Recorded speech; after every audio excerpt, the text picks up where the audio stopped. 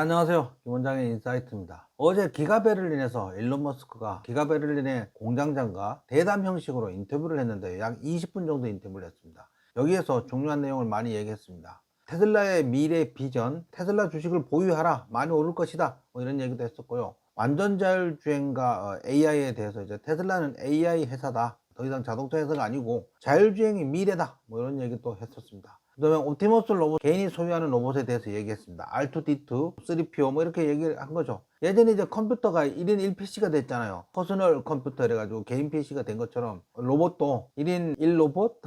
나를 따라다니면서 도와주는 비서 로봇이 조만간에 하나씩 데리고 다니게 될 것 같습니다. 다음으로 이제 사이버캡의 대량 생산, 그 다음에 테슬라 세미트랙에 대한 얘기도 언급을 했고요. 배터리에 대한 수직 통합, 기가베를린의 배터리 셀, 텍사스 리튬 정제소, 오스틴 니켈 캐소드 등에 대해서 공급망 내부화 전략에 대해서 언급을 했습니다. 또한 유럽 자동차 산업을 좀 비판을 했어요. 유럽 자동차 산업은 너무 혁신이 부족하고 그 다음에 전기차에 대한 저항이 심하다, 그러면서 이제 공룡의 길, 덩치만 키우다 결국은 멸망해가는 공룡에 빗대서 설명을 하기도 했습니다.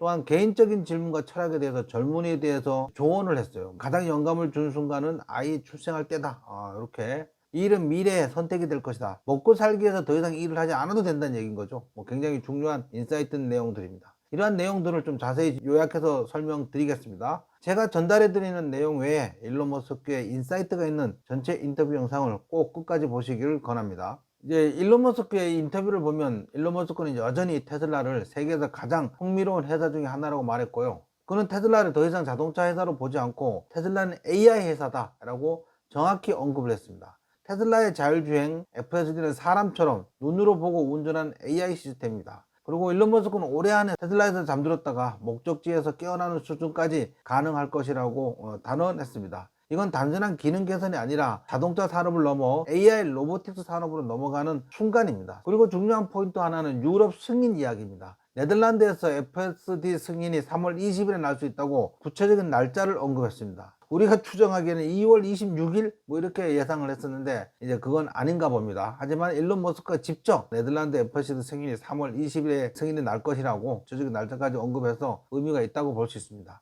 만약 유럽에서 본격 승인이 된다면 테슬라는 더 이상 차량 제조사가 아니라 구독형 AI 플랫폼 기업이 됩니다. 차를 파는 게 아니라 AI를 파는 구조가 되는 겁니다. 그 다음은 옵티머스입니다. 많은 분들이 로봇을 아직 장난감처럼 생각하는데 일론 머스크는 전혀 다르게 보고 있습니다. 아이를 돌보거나 노인을 간병하거나 강아지 산책을 시키거나 심지어 장기적으로 이제 외과 수술까지 가능하다. 3년 안에 가장 능숙한 의사처럼 외과 수술을 하게 될 것이다 라고 그렇게 말을 했고요. 장기적으로는 먹고 살기 위해서 직업을 갖는 게 아니고 이 일은 하고 싶은 사람만 하는 선택이 될 것이다. 이 말은 굉장히 임팩트가 강합니다. AI와 로봇이 노동을 대신하면 사람은 더 이상 일하지 않아도 되는 사회로 갈 수 있고요. 이건 단순한 신제품이 아니라 경제구조 패러다임 자체를 바꾸는 매우 혁명적이고 중요한 얘기입니다. 그리고 사이버캡에 대해서 텍사스에서 이미 생산을 시작했고 4월부터 본격 양산에 들어간다고 합니다. 이게 로보택시와 연결된다면 테슬라는 자동차 회사가 아니라 이동 플랫폼 회사가 되는 겁니다. 생각 한번 해보세요. 차량을 판매하고 소프트웨어 FSD를 구독하고 로보택시 네트워크를 이루는 완전히 다른 밸류에이션이 나올 수 있겠죠. 다음은 이제 배터리 얘기도 매우 중요한데요. 기가베를린에서 배터리 셀을 생산한다거나 텍사스에서 리튬 정제소를 생산한다든지 오스틴에서 니켈 캐소드 수직 통합을 계속 강화하고 있습니다. 이건 단순한 제조가 아니라 에너지 기업으로의 확장입니다. 그리고 유럽 자동차 산업에 대해서 꽤 직설적으로 꼬집었는데요. 혁신이 너무 부족하다. 5년 전과 다를 바가 없다. 옛날 기술 하나로 평생 먹고 사는 거 아니냐. 미래는 전기차, 자율자동차 시대인데 내연기관 차량 갖고는 이게 불가능한데 계속 거기에 연연하고 있다. 이처럼 이 방향으로 가지 않으면 공룡처럼 사라질 수 있다.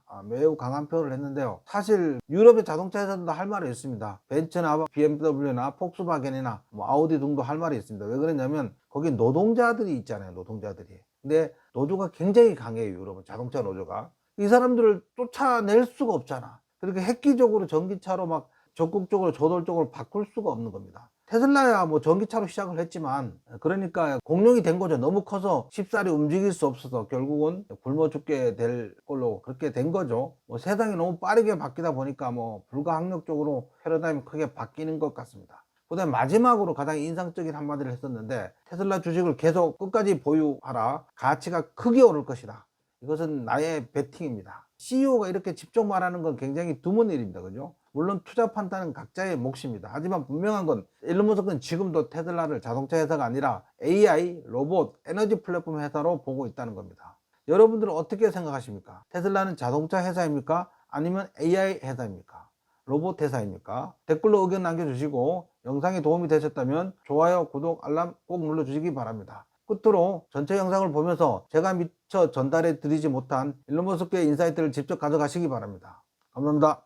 And thanks for taking the time. I really understand that time is precious. There's a ton of things to do to build a world of amazing abundance and so many things. I can hardly imagine what's on your mind. SpaceX, Starlink, AI, safe AI for the future, autopilot, so many things. But what is, in your view, still exciting about Tesla and why? Well, I think Tesla is one of the most exciting companies in the world. You know, it's perhaps the most exciting, but you know, Tesla and SpaceX, let me say, are the two most exciting companies.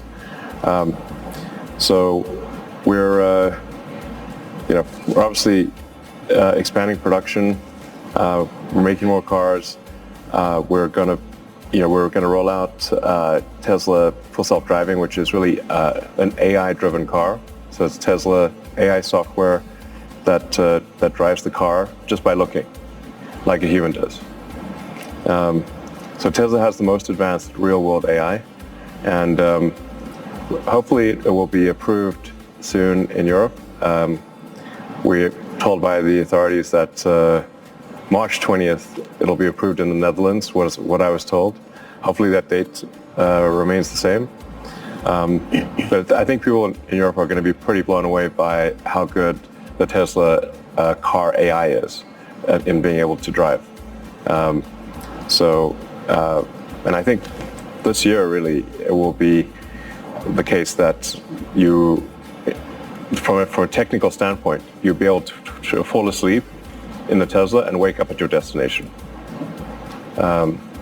So that's very exciting.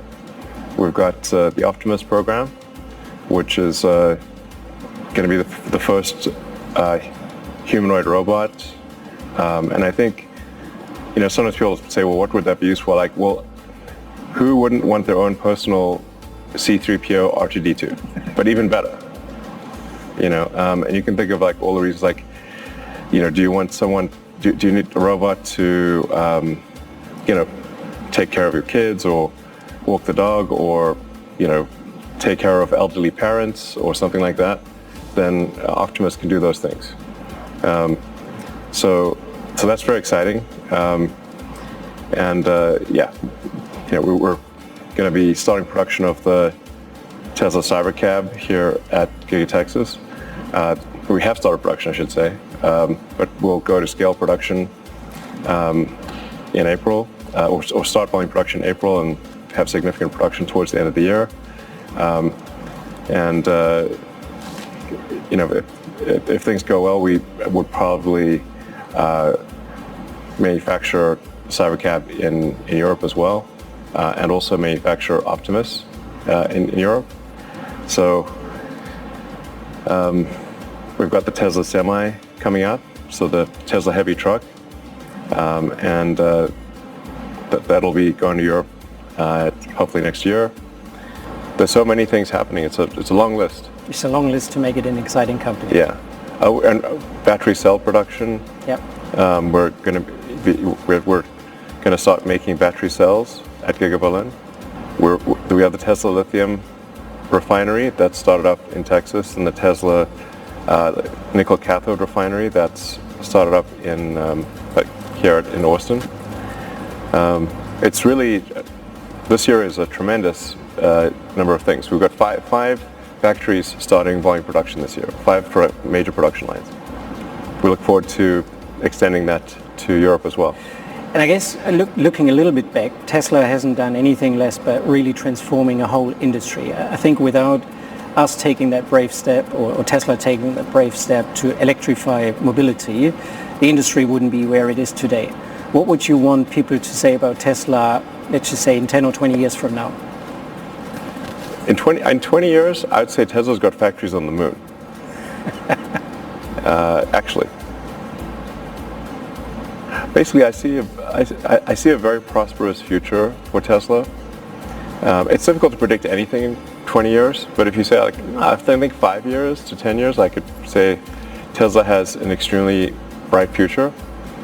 And I would say, like, hold on to your Tesla stock. You know, it's going to be worth a lot. I think, you know, that's my bet. Very cool. Coming back to the present, if you look, I mean, you're always very well informed. If you look to the European industry, especially to the automotive sector, or even the German industry and automotive sector, what do you think about it? What do you believe are the main reasons for their current state? Well, I think there's not been enough innovation in automation. Automotive innovation has been relatively low.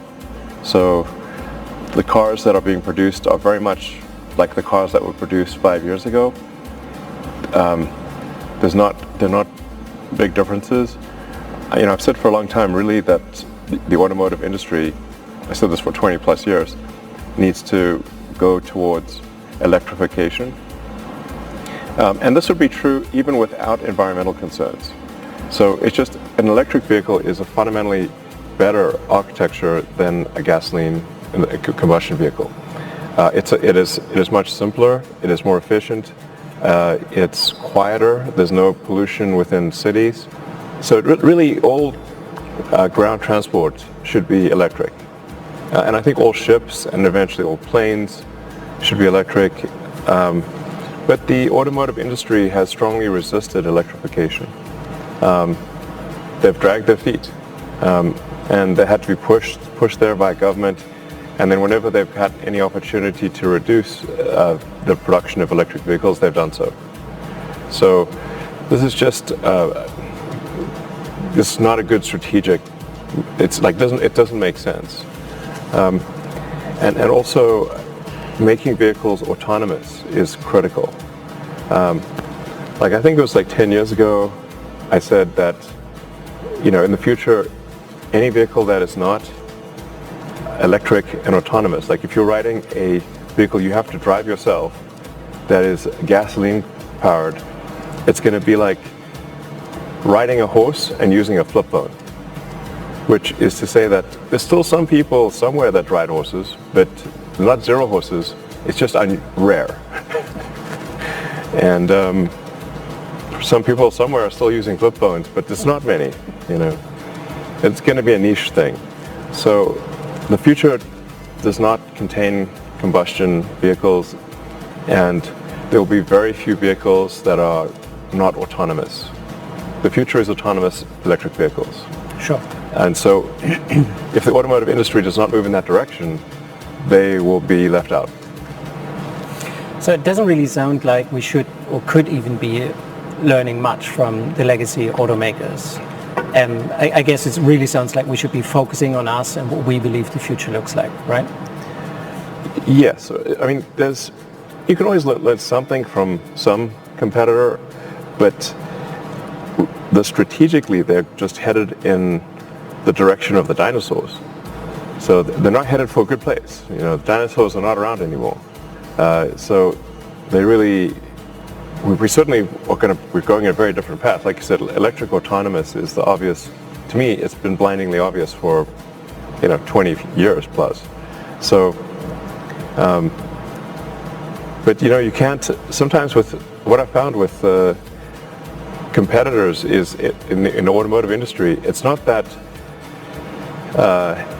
they're going to steal our ideas. You can't cram a good idea down their throat.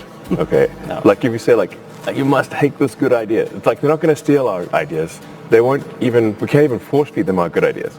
That's been my experience. So we need to do what's logical, what's sensible, and at Tesla we're essentially creating the future, and it's a good future. We are building the future. They just build cars. Yeah, it's a good future. It's a good future with electric vehicles that don't emit poison gas, literally, that quiet, efficient, and like I said, autonomous. The car, instead of having to be stuck in traffic, driving through, busy roads, and sometimes also people sometimes they may fall asleep, or they may have a medical emergency, and then if you're driving yourself and you're on the autobahn going super fast, and you have like a seizure or heart attack or something, then you could die. But if the car's autonomous, it can take you to a hospital. In fact, this has actually happened many times with Tesla cars. Right. Really cool. So if we look at Giga Berlin specifically, about 6 years ago nearly, we broke ground. 4 years ago, we started production. I have a ton of memories. I know you have memories about it as well. What are like the greatest memories? What do you tell people when they ask you about Giga Berlin and the people of Giga Berlin? Well, I mean, first of all, I'd like to say thank you very much to everyone that's helped build Giga Berlin. Thank you, Andre, and thank you to the whole team, because we've gotten an amazing factory built in a very short period of time, and gotten to high volume production with good quality and good cost control. So I'm very proud of of Giga Berlin and all the people in it. Thank you. Yeah, it's just it's cool. I like the art too. The art, and that people have some fun. So like coming to work should look forward to it. So you're coming to work with people that you enjoy working with. You're doing useful things. You're making things. So I have a lot of respect for makers. Like, you actually make something, you build something useful that that people enjoy. That I'm a big fan of makers, and there's a lot of people who, I don't know, they don't make things. I don't know. They just hang around. Yeah, they don't make things, or they don't provide useful services. Whereas I have huge respect for people who make things and provide useful services. There's an honest day's work, So. Thank you. Yeah. I mean, I don't know if you do have, but if you have a vision for Giga Berlin, what would it be, and what do you think would have to happen for it to become true? Yeah, I think ideally we would significantly expand production at Giga Berlin. So we'd also do high volume production of battery cells, probably also the cathode, the anode, lithium. So become vertically integrated, and produce things like the Cybercab or Optimus and other products that Tesla will develop. So I think the exciting vision for the future of Giga Berlin is massively expanding it to do many more projects. Very cool. Do you have any advice for the team at Giga Berlin to basically, work towards that vision? Well, things certainly get harder if there are sort of outside organizations that are pushing Tesla in the wrong direction. If there are outside organizations that are pushing Tesla in the wrong direction in Giga Berlin, it's difficult to say that then we would expand if we have to, outside organization that's making things very difficult. I mean, this is the truth, yeah. It is the truth. I mean, we're not going to shut down the factory, but we're not going to expand it either, realistically. So as I said, I have a bunch of questions, so I just turn my tablet around, and then feel free to comment on them. Sure. Hi, Elon. Which is your favorite factory? Maybe Giga 4? Well, a favorite factory is like saying what's your favorite child, It's not a fair question, I know. It's a question. The thing is that I love factories, honestly. it's I think a lot of people these days, don't love factories, or they're even into a factory, But whereas I've walked the line, in every factory, and I'm a big fan of factories. I love factories. This is a great place to be. Yeah, it's like you make things that have good utility. People love the product. Making a product, building a product people love, that's great. Makes you proud. Totally. Yeah. So, Giga Berlin is an awesome factory. Yeah. So the vibe in there is cool. Like you walk around, it's very clean. It's quite beautiful inside and outside, and it's like people seem quite happy, and we're making cars and soon battery cells. Hopefully many more things. Yeah. Many things to be proud of. Yeah. It's a great factory. It is. Yeah. All right. I think it's one of the coolest factories in the world, really, honestly. Hey Elon, which is the next product we will be building here in Giga Berlin? Well, I think there's a lot of exciting possibilities for what the next product is that will be built in Giga Berlin. We've started now scaling up production of the battery cell, and we're going to be expanding production of the Model Y, especially as we get approval for supervised full self-driving. Then from the next major product standpoint, I think most likely is the Tesla Cybercab. But then there's also possibilities of Tesla Optimus and the Tesla semi-heavy truck.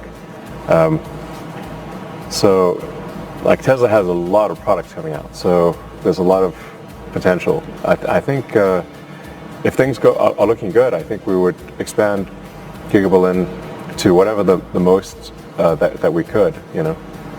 Gigantic manufacturing site. Yeah. We have a lot of space. Well, assuming that the authorities are supportive and the people are supportive, Yep. then we would expand to probably make it the biggest factory complex in Europe. Very cool. That's a cool future. Yeah. All right, then we have Akhil. He's got a interesting question. Hi Elon. So when do you realistically think we can have Optimus in the Gigafactories so we don't have to worry about ergonomics and stuff? Well, we have to be a little careful about that one. I don't want people to worry about their job, No. So, I mean, the honest answer for AI and robotics is long-term, working will be optional. Like long-term, which is 10 years from now or less, work will be optional. Like if you want to work, you can. Like, kind of like if you grow vegetables, you can grow vegetables in your garden, or you can get them from the store. It's optional to grow vegetables in your garden. Yeah. But some people still like to do it. It's extra work to grow your own vegetables, but it's people enjoy the process. That's gonna be how work is in the future. It'll be like you can work if you want to. Very cool. Yeah. How can we make sure that the adoption of new technologies like Optimus reach countries in the third world? I think it's an interesting question generally. Well, I think for Optimus, we first have to succeed in making a useful robot. So this is a hard thing to solve. Nobody solved making a truly useful humanoid robot. And then you have to make it useful, and you have to scale production. And it's an entirely new supply chain. For Optimus, we've had to design the whole robot from physics first principles, so that we're designing every motor, every gearbox, or not a gearbox, every gear. Really, and the hands are extremely difficult to design. To have a properly dexterous robot hand is very, very difficult. One of the hardest things to engineer.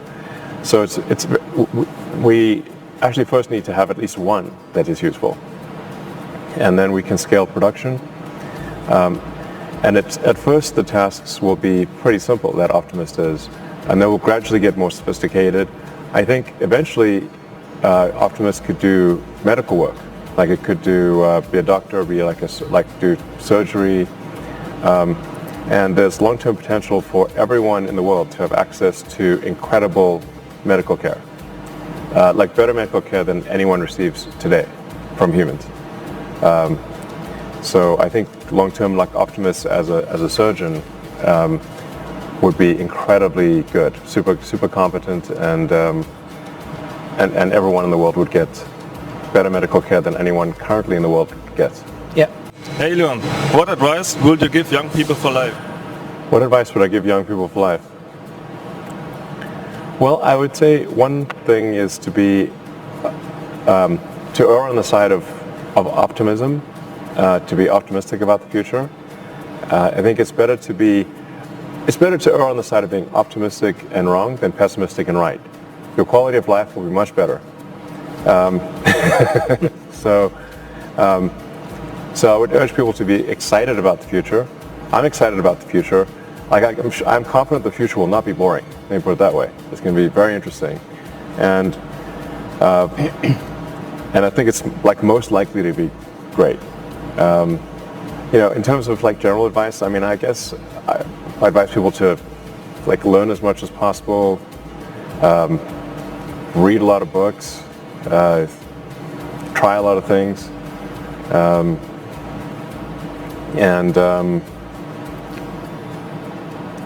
I guess, yeah. I mean, I guess enjoy life. Just enjoy life, but like working is also part of enjoying life. Totally.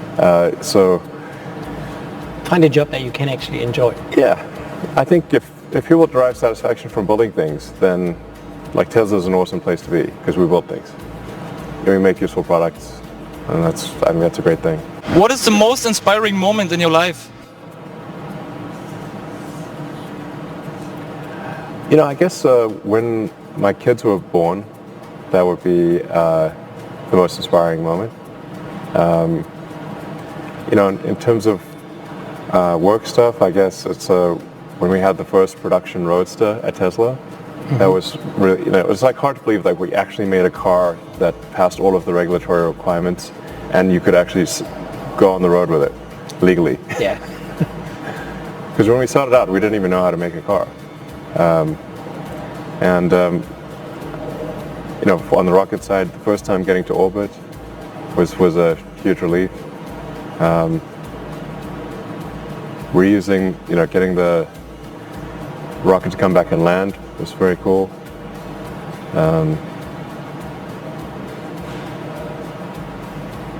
The self-driving stuff, I think, is pretty amazing. That is amazing. Yeah. I think the first time somebody experiences self-driving, where they're just sitting there and the car takes them all the way from their home to their work and parks, Yeah, it's mind-blowing. it is. I'm using it when I'm in the US all the time. Yeah. It is a lot better than people can actually imagine, I think. It's like magic. It is. Yeah. Well, cool. Then thank you so much for your time. You're really welcome. good having you here. And yeah, hopefully we see you soon in Berlin again Yeah. and show you around what we have done since you visited us last time. Yeah, and once again to the people of Giga Berlin, Dankeschön für Ihre harte Arbeit. Dankeschön. Thank you, Elon. Thanks for your All time. Cool. That was fun.